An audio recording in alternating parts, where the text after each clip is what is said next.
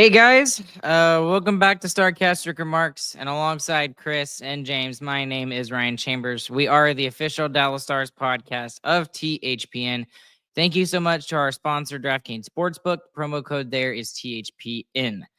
If you are watching on YouTube live, we'd really appreciate it if you click like and subscribe right off the bat. We're trying to hit 1,000 subscribers by the end of this playoff series, and by the end of this playoff run. I'm going to say Hopefully that. not the end of this playoff series. And yeah, I was about to say, yeah.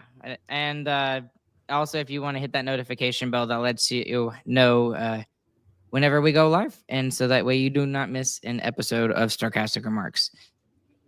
This was, I still don't know how I feel about this game, guys. The Dallas Stars lose at Game 6. It goes back to Dallas for Game 7 by a final score of 7-4. This was the most bonkers game I think I have ever watched in a very, very long time. In terms of neither team was really dominated. Otter was the better goalie, and both teams got lucky at the same time. I don't think I've ever quite watched a game like this in my 20 years of watching hockey.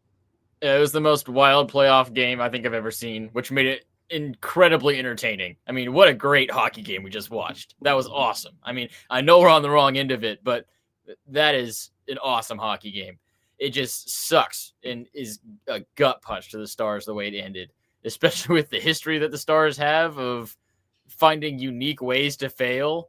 I mean, the Patrick Stefan no goal, the losing the final game of the regular season to miss the playoffs. I mean, the Stars have had some all-timers when it comes to failures, and that definitely was one of them. I mean, that own goal is just haunting. It is haunting. Yeah, slow motion too. I mean, what are you supposed to do to stop it? Yeah, it was slow motion. As soon as the puck goes off the shoulder, it's just, oh no, it's just trickling in. It was horrifying.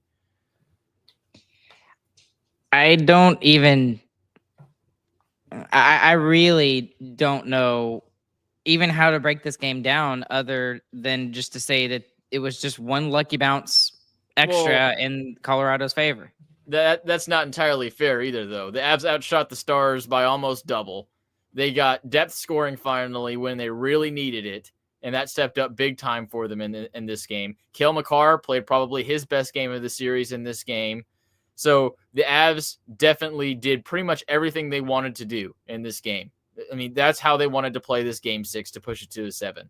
And the Stars kept pace with them. And more specifically, the Stars' first line kept pace with them. And that was it. The Stars team game was not there in the same way that it was in Game 5. You go look at some of the stats from the rest of the lines, especially you look at, the second and third lines, they did not play good enough in this hockey game for the Stars to win. And the top line almost drug them to victory, but especially in that third period, I was feeling like we needed Wyatt, Johnston, Matt Duchene to step up in those situations, and they didn't. And they got beat by the Avs Sinners tonight, which can't happen. If you're saying that you have the best depth in this playoff series, your depth has to show up, and it didn't do it. Yeah, I mean, it's a great response from the Avalanche, especially after last game, where the Stars' depth completely outshined them. You couldn't have asked for more. They took a lot of shots for sure. Got some lucky bounces. The Stars' goals were prettier, but it doesn't matter if you don't score more than the other team. And you get some luckier bounces when you take more shots too. So yeah, the own goal obviously is just insanity. I mean, that's nothing the Avs did. That's not because they had made a great play there, but some of the other bounces they got in this game is because of the shot volume they had. The big thing that really sucks when you look at it is the first Duchene goal. They didn't do anything on that one either. He was trying to pass it, and it goes off of two Stars skates and in. And then the last one goes off of multiple Stars, and then a Star shoots it into another Star, and it goes into the net. So that's really where I'm like, the Stars should have won this game. Did they deserve to win this game? No. Right. But Otter played out of his mind, stood on his head, and was going to win the game for the Stars. I like the way you said that, James. I like the way you said that. They should have won the game, but they probably didn't deserve to win the game. I think that's dead on. Yeah, and I think that's pretty much exactly what we've seen from the Stars this year, and it's just their execution is elite. And when they get their chances, they bury them. And they buried pretty much every single one tonight. Y'all hit a lot of the nails on the head there. Just with the game tonight, and specifically where I think the Stars got outplayed was in the second period. And I mean, it was the Jake Oettinger show. Yes. In the first period. You got him in the first period, because the second period we scored 3 goals. He was we keeping scored 4 goals. We scored 4 goals. It was 4-1 in the second period, so you've got to be in the first. No, I thought there were they were having. Well, that's a wild take then, because that was the Stars' best period by far. It's not a wild take, Chris. When you look at the chances, we outscored them 4-1. It doesn't matter. Yes, it does. No, okay, no. We started the period amazing, Ryan. It was 2 minutes in, we got on the power play, executed on it. That was beautiful. That was really the turning point of this game for the Stars, was scoring on the power play. And then not even 2 minutes later, they score another one. I mean, they started the period and perfectly tied it. Even if you look at the expected goals, the first period for the Stars is a flat line. The second period is straight up. The third period is a flat line. I'm not looking at the Stars. That I'm looking at Jake Oettinger, what he did in the second period. The second period was the worst period for the Stars. Okay, maybe that's not what I meant. It was the best for Jake Oettinger. You can say that. Maybe that's what I was trying to say. I'm sorry. I would still disagree. But you can disagree. That's fine. But he was best in the second period, because, and honestly, there should have been more goals from the Colorado Avalanche in the second period. There were tons of chances for Colorado in the second period that didn't go in because of Jake Oettinger. And yes, we had a 4-3 lead going into the second period. I don't believe that we should have had that 4-3 lead, in my personal opinion. The shots we took, Blackwood had absolutely no chance. Zero chance to get to them. So we were very opportunistic with our shots, and they were perfect shots that he couldn't get to. So that's my personal opinion and how I see it. You can disagree with it, but that's how I saw. Second period, the Stars got outplayed from a play standpoint. You can look at the score and say that it was the Stars' best period. It's not true, Ryan. But it's just not true. That's a really bad take. Okay, fine.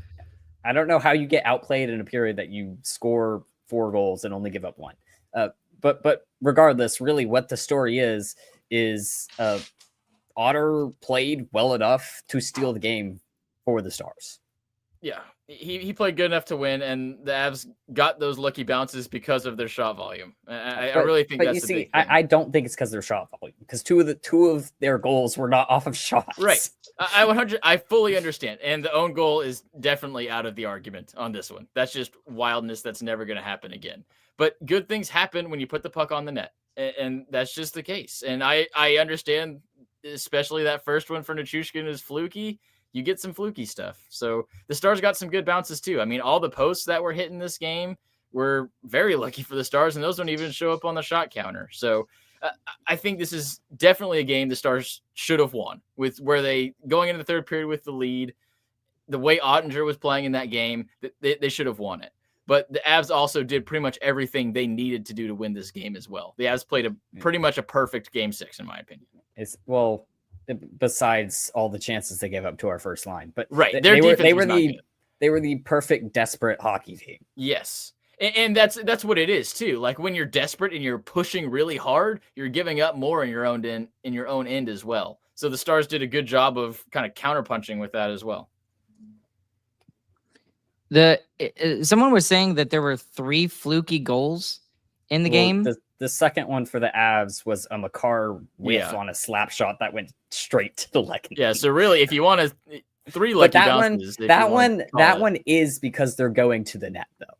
Like Lekkonen's going to the net there. Sometimes shots bounce around and go weird.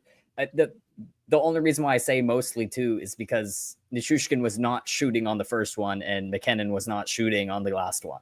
Right. McKinnon really wasn't shooting on the last one. Right. I'm not sure what you guys saw out of the top line that was different from everybody else, but they were fantastic here tonight. Rantanen gets 4 points, Hintz gets 4 points, Granlund gets a goal. So, someone else they said something about getting to 10 points though. Who was the 10th point?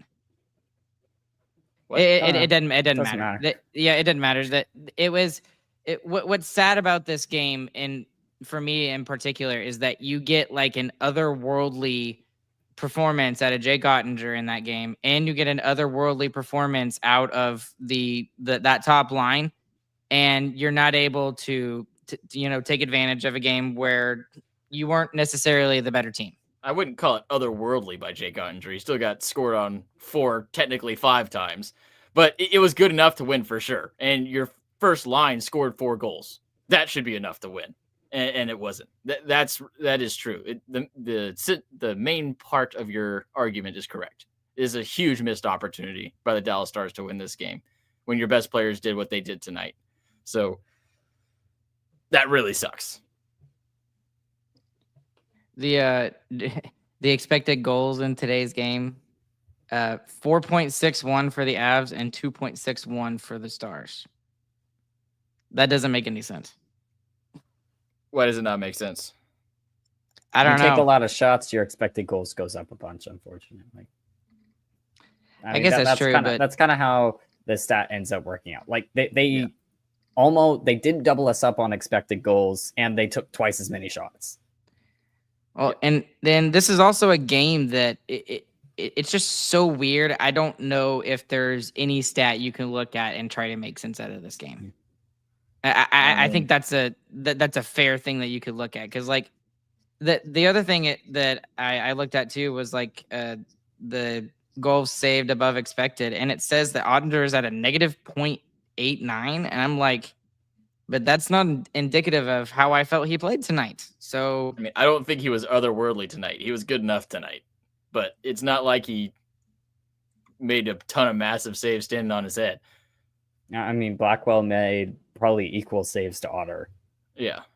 I thought the goaltending was pretty even here tonight. And then just some lucky bounces the other way is what ends up being the difference maker.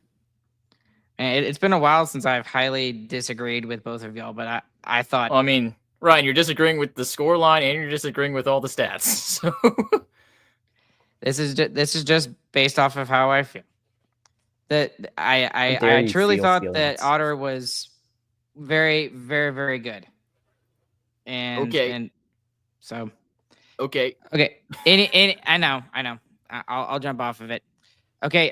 Anything else from this game that you guys want to specifically point out that we haven't really discussed? I mean, that desperation from the Avs exposed their defense, and that's what the first line took advantage of with their speed, especially with what Rope did and how Mikko was able to get to Rope often. And even the one that Mikko scores, it's because Rope is flying. That's what creates the space for him. So if the Avs use this as their template, then the first line's going to be super effective again come Saturday, and the rest of your lines just need to show up, especially the third line. I mean, Wyatt Johnston, I expected to be a huge part of this hockey game, and he wasn't really in either end of the ice, which is not great.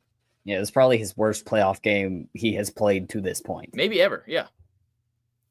And his plus minus gets very skewed by the end of this hockey game too. But it's still so he wasn't a -3. -5, but I think he was a -3, which for Wyatt Johnston is not great. He didn't actually play very much in this game as well. He's normally the Stars' leading forward for time on ice, and he still had a lot of time on ice. But what was that, James? Leading.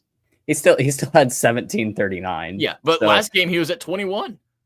That's normally where he's at. He's like 19, 20. He still led forwards in ice time. He did still lead them, yeah. Which is nuts. He still leads, but I mean, the -3 is just, it's not great. It's not good enough from that line. And they got thrown into a blender too. I mean, you saw the second and third lines get mixed up there with Marchment playing with Ben and Sagan. And I mean, that's not a good sign in a game where we scored 4 goals. Yeah, but I know y'all are talking about Wyatt Johnston and everything, but the one player that has really kind of let me down and has really disappointed me is Matt Duchene. I mean, Yeah. the guy has been, and we were talking about it, Chris, in our watch along a little bit. He's been invisible, and Yeah, not just well- invisible in today's game. There were two particular plays where he turned the puck over in his own zone, and it led to a couple chances for the Avs, or even some zone time for the Avs. Yeah, He's the one that I need to see step up. He's the veteran, not Wyatt Johnston. Yes, Wyatt Johnston is a better player, but again, he's only 21 years old. That's a moment for like this needs to be dealt with by a vet, a guy who needs to be doing it. Yeah, Not Duchene had necessarily a couple younger of really bad stick handling plays, lost the puck a couple of times, and he hasn't been good defensively at all this series. But I think the difference is we expect greatness on the defensive end of the ice from Wyatt, and you don't really expect it as much from Duchene. I mean, Fair. we could say if that's fair or not, but Duchene is just notoriously not a great defender, and Wyatt Johnston is definitely a great defender. He's shown that his whole career. So I think that's why I'm harping more on Johnston on this game. But you're absolutely right. I mean, Duchene hasn't done enough. He had the one great pass in the power play in Game 5 to Wyatt Johnston to really put the game out of reach once again. But other than that, I think that's his only point in the whole series. Well, you know what? And Gary Phantom brought it up too. This is what I was thinking. He was invisible last year and in the Avs series, and Yep. except the series winner, maybe he does it again for us at Game 7, and that we absolutely do know is there will be a Game 7. I had that in the back of my mind the third period the entire time. As soon as we went down, I was like, Duchene did the same thing last year. Maybe he can show up when we really need it. So maybe he's saving it. Maybe we just have to do it in Game 7 this time. I'll go ahead and ask it because everyone else is going to ask it too, and I think I know the answer to it. Do we see Miro Heiskanen for Game 7? I know we keep asking it, but probably not. No. He's been day-to-day for 2 weeks.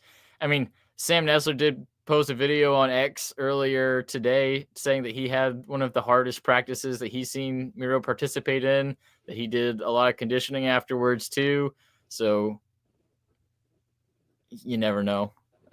It'd be shocking to me to put him into what's going to be the hardest game maybe of the whole playoffs for the Stars. I mean, you never know, but this is going to be just a brutal game. So I find it hard to believe that he would be slotted in for that.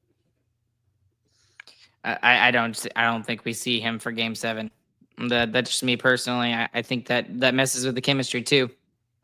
Super chat from Nate G. Thank you, Nate G. We love you deeply and emotionally.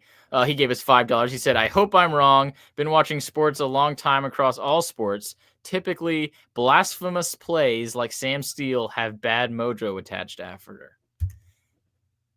That is true, but the Stars are able to overcome that mojo. If you remember the Stefan missed empty net, the Stars won that hockey game. They go on and they won that game in overtime. So, hey, maybe this is the same kind of thing where this goal is shown on every blooper reel till the end of time. But every time someone shows it to a Stars fan, we say, hey, but we won that series. So hopefully the same thing happens. Sorry, random trivia nugget. Do you know who the Edmonton Oiler player was that scored that goal? Alex Hemsky, wasn't it? It was good, Chris. You do remember. I've seen that video too many times. It haunts me. It replays in my mind when I have sleep paralysis. Yep. Okay. So I think we turned the page on this one. This is the wackiest playoff game I think I've ever seen. Game 7. All of the stats seem to be in favor of the Stars, especially recently. Obviously, we look back last year. We look back in 2020. You know, Pete DeBoer has, I think he's 8-0 in Game 7s since he's been in Dallas. No, ever. Okay, 8-0 ever. Never lost to Game 7. And there have been a lot of Game 7s in his Dallas Stars tenure. How are you feeling going into Game 7? Just right off the bat, thinking about it the game after. I'm not over this game, so I still feel bad right now. That is my emotional gut reaction. But yes, all the stats point to it being good. I think this Stars team has the emotional leadership to be able to return from this. I think you saw the Avs best tonight. I think that was the best game the Avalanche can play. outside of defensively, obviously. But the only reason they were able to put up so much offense is because of how hard they were pushing. They're not going to be able to push that hard while maintaining solid defensive structure. So, but that's one of the big things about this game is that you pushed the Avs to the brink the entire game. I mean, they had to fight and claw for every last goal they got. And get a couple lucky bounces. Yeah, and get lucky bounces. And it's the reason why going down 3-2 is so tough is because you have to do that 2 games in a row. And that is tough to do. So the Stars get to go home now. They get to play on home ice where they have been spectacular all season long. They can pick the matchups that they like more, even though DeBoer doesn't care too much, at least forwards wise, who plays against who. I mean, I think it's going to be great. Truly, the Stars should be able to keep up with them. I mean, the home games we've seen, the Stars have looked spectacular. They've been able to clog up the Avalanche. The Avalanche just got to their game again tonight. And I feel like we could have seen a repeat of Game 4, if not for the first line, just going off. And specifically Mikko Rantanen, he knows how that Avalanche offense works. He knows where to poke and prod and where he has space. And that really shined through in that second period.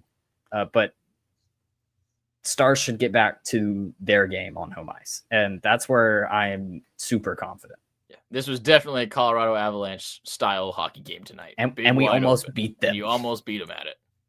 Without Miro Heiskanen and without Jason Robertson.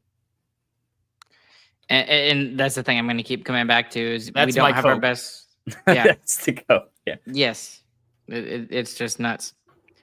Y'all want an update for Game 7? They got a start time? Yep.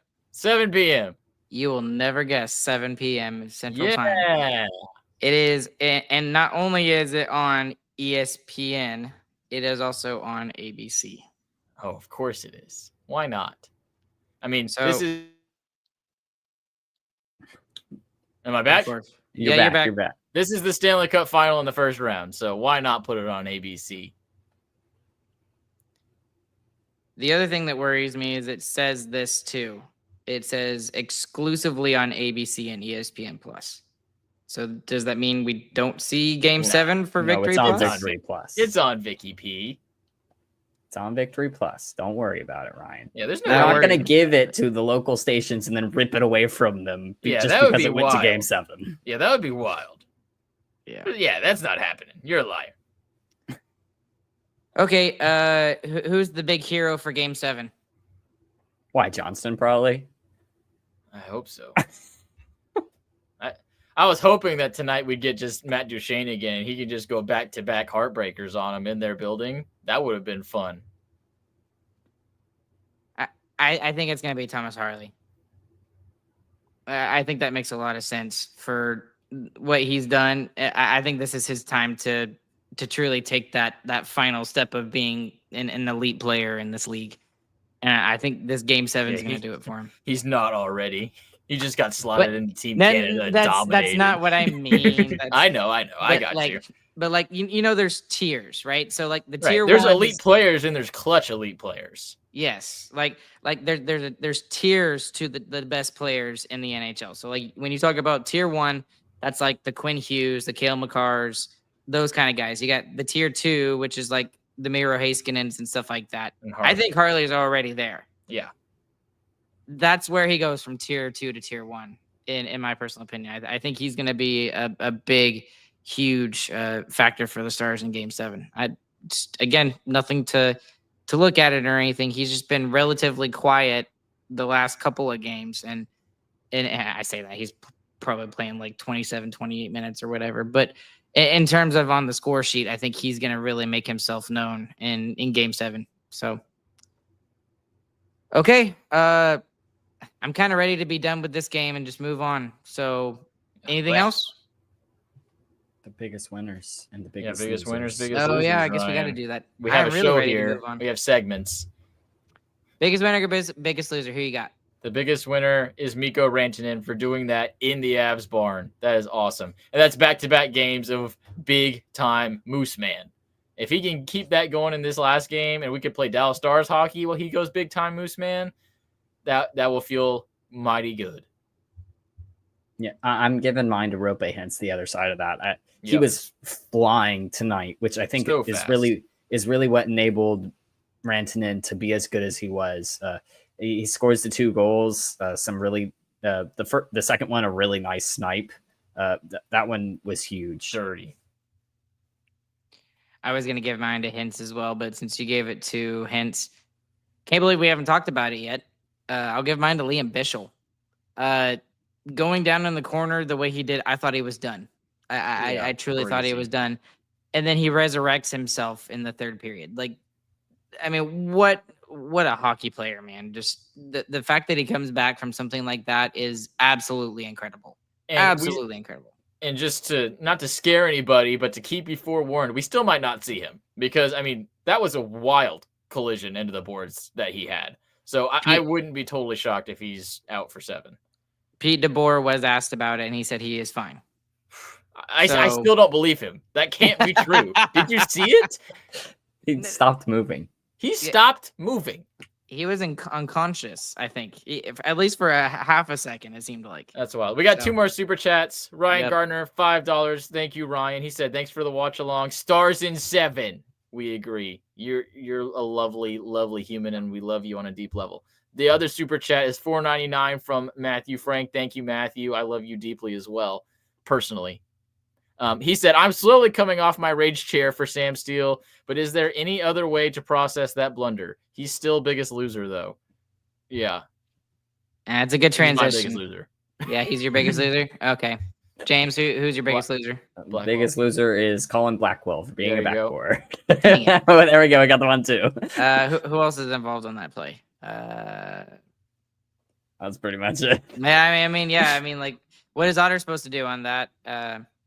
He almost made the save. He almost did. Here's a question for you.